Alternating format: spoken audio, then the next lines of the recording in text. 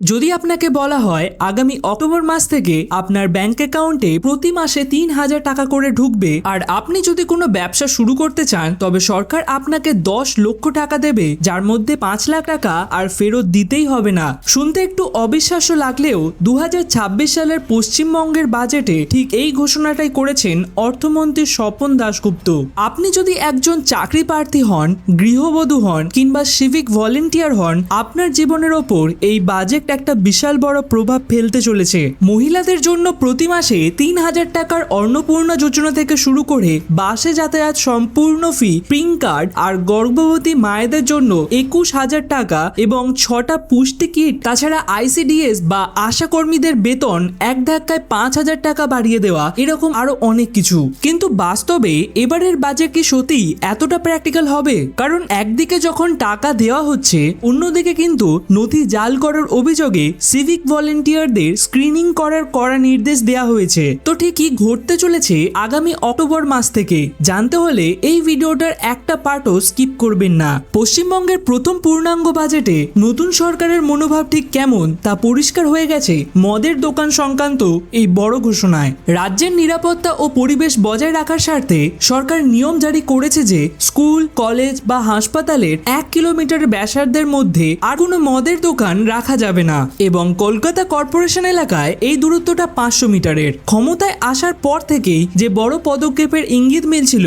প্রথম বাজেটেই তা করে দেখালো এই সরকার। কিন্তু সবথেকে বড় তোলপাড় শুরু হয়েছে সিভিক ভলেন্টিয়ার আর চুক্তি ভিত্তিক কর্মীদের নিয়ে। বাজেটে সাময়িকভাবে বেতন ২,০০০ টাকা বাড়ালেও মুখ্যমন্ত্রী শুভেন্দু অধিকারী কর্মীদের যোগ্যতা ও নথিপত্র নিয়ে কড়া বার্তা দিয়েছেন। তার কথায় অনেকের এডুকেশন সার্টিফিকেট ভুয়ো, পার্টি ক্যাডার হিসেবে কাজ করেন অনেকের আবার বয়সের সার্টিফিকেটই ভুয়ো, আর সেই কারণেই এখন থেকে বড়সড় স্ক্রিনিং বা শুদ্ধিকরণ প্রক্রিয়া শুরু হচ্ছে। ছাঁটাই প্রক্রিয়া এখনই না শুরু হলেও অযোগ্যদের আর পদে রাখা হবে না, এমনটাই দাবি। শাসন ব্যবস্থার এই চরম শুদ্ধিকরণের মাঝেই বাংলার নারী সমাজকে সম্পূর্ণ স্বাবলম্বী করতে নিজেদের বাড়ির রান্নাঘর থেকেই একটা রোজগারের অভূতপূর্ণ সুযোগ এনে দিয়েছে এবারের বাজেট। জানেন কি নতুন বাজেটে ঘোষিত এই ক্লাউড কিচেন পলিসি আসলে কি? খুব সহজ করে বললে, অনেক মহিলাই দারুণ রান্না করতে পারেন কিন্তু পুঁজি বা দোকানের অভাবে ব্যবসা করতে পারছেন না। এবার থেকে নিজেদের বাড়ির রান্নাঘর থেকেই তারা বাণিজ্যিক স্তরে রান্না করতে পারবেন। এই ঘরোয়া ক্লাউড কিচেন পলিসির মাধ্যমে মহিলারা যাতে সহজে লাইসেন্স পান এবং নিজেদের পায়ে দাঁড়াতে পারেন, তার সম্পূর্ণ ব্লুপ্রিন্ট তৈরি করেছে এবারের সরকার, যেখানে ঘরোয়া পরিকাঠামো ব্যবহারের ক্ষেত্রে সরকার সব রকম আর্থিক ও প্রশাসনিক উৎসাহ দেবে। অর্থাৎ নিজের রান্নাঘর থেকেই এবার স্বাবলম্বী হওয়ার সুযোগ পাবেন বাংলার মহিলারা। রান্নাঘরে এই স্বাবলম্বী নীতির পাশাপাশি মহিলাদের সামাজিক মর্যাদা দিতে সরকার এবার চালু করেছেন অন্নপূর্ণা যোজনা। ২৫ থেকে ৬০ বছর বয়সী যোগ্য মহিলারা এখন প্রতি মাসে ৩,০০০ টাকা করে সরাসরি নিজেদের ব্যাংক অ্যাকাউন্টে পাবেন।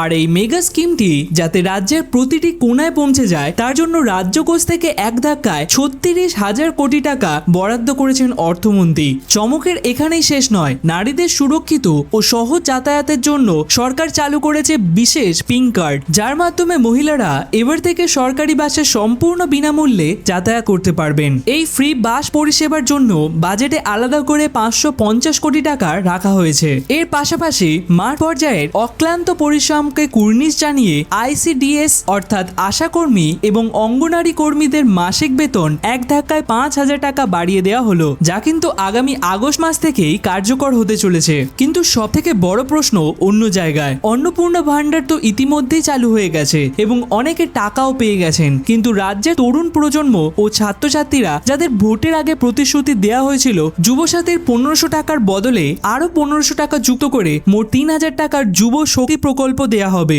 অবশেষে সেই বিষয়েও এবারের বাজেটে একটা কার্ড ঘোষণা করা হয়েছে। কি সেই ভরসা সূচি আর ১০ লক্ষ টাকার ম্যাজিক কার্ড? অর্থমন্ত্রী স্বপন দাশগুপ্ত বিধানসভায় দাঁড়িয়ে সমস্ত জল্পনার অবসান ঘটিয়ে দিয়েছেন। তিনি ঘোষণা করেছেন এই যুগান্তকারী প্রকল্প, যার নাম দেওয়া হয়েছে ভরসা কর্মসূচি, এই মেগা প্রকল্পের অধীনে রাজ্যের শিক্ষিত স্নাতক বা গ্র্যাজুয়েট যুবকেরা প্রতি মাসে সরাসরি ৩,০০০ টাকা করে আর্থিক সহায়তা পাবেন, আর যারা স্নাতক নন তারা প্রতি মাসে পাবেন ২,০০০ টাকা করে। তবে এর জন্য আবেদনকারীর বয়স ২১ থেকে ৪৫ বছরের মধ্যে হতে হবে এবং পরিবারের বার্ষিক আয় ১ লক্ষ টাকার কম হওয়া বাধ্যতামূলক। তবে সরকার খুব খুব ভালো করেই জানে শুধু সে বেকার ভাতা দিয়ে যুব সমাজকে আঁটে রাখা সম্ভব নয়, দরকার তাদের নিজের পায়ে দাঁড়ানোর সুযোগ করে দেওয়া। আর ঠিক এই জায়গাতেই মুখ্যমন্ত্রী শুভেন্দু অধিকারীর দর্শনকে সামনে রেখে সরকার নিয়ে এলো এই বাজেটের সবথেকে বড় সারপ্রাইজ, যার নাম উদ্যম ক্রেডিট কার্ড। এই স্কিমের মাধ্যমে রাজ্যের প্রায় 2 লক্ষ যুবক যুবতীকে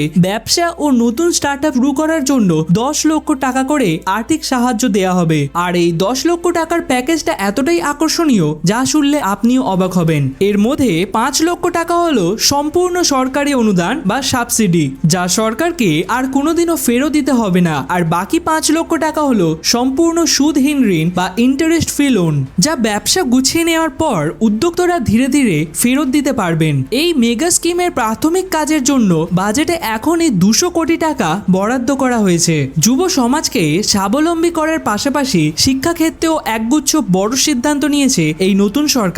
সরকারি ও সরকার পোষিত কলেজের পড়ুয়ারা যাতে ইউপিএসসি, ডব্লিউবিসিএস বা ব্যাংকিং এর মতন প্রতিযোগিতামূলক পরীক্ষায় ঠিকঠাক প্রস্তুতি নিতে পারে, তার জন্য তাদেরকে এককালীন 25,000 থেকে 30,000 টাকা বিশেষ আর্থিক সাহায্য দেওয়া হবে। শুধু তাই নয়, গরিব ছাত্রীদের উচ্চশিক্ষার মাঝপথে ড্রপ আউট রুখতে কলেজে অবিবাহিত ছাত্রীদের জন্য এককালীন 50,000 টাকা দেওয়ার ঐতিহাসিক ঘোষণা করা হয়েছে এবারের বাজেটে।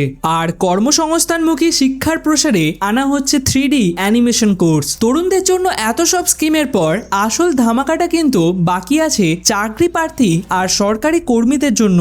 হ্যাঁ, ঠিকই ধরেছেন, 1 লাফে 1 লক্ষ নতুন সরকারি চাকরি আর ডিএ নিয়ে এমন একটি অভূতপূর্ণ ঘোষণা করা হয়েছে যা পুরো রাজ্যের সমীকরণ বদলে দিয়েছে। কিন্তু ঠিক কোন কোন বিভাগে কত নিয়োগ হচ্ছে আর ডি এর 18% বৃদ্ধি পেয়ে কত শতাংশে গিয়ে ঠেকলো? পুজোর ঠিক আগে কি এই টাকা পাওয়া যাবে?